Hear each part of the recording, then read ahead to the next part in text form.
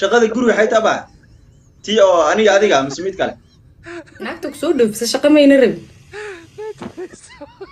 shaqadii caadiga ah oo loo baahnaa haye mid kale awood in la tan gurigana waa qabane waqti 20,000 la isku soo dhoofiyay ana walaasha mii moogta naag ku soo dhoofisa ahay dana ii ka keentay marka waa caadi shaqada kale baasada kare aqaana suugada sidoo kale shaqooyinkaas kale waa caadi waa qabaa haye waa ka weekendiga dharka waa soo dhaqay ani shaqada ma qabanay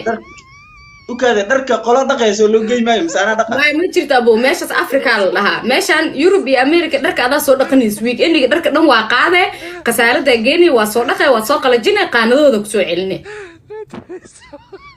aniga meel lagu dhaqay leedahay miya meel weekendiga lagu soo dhaqo makiinada la gacanta wala soo qalay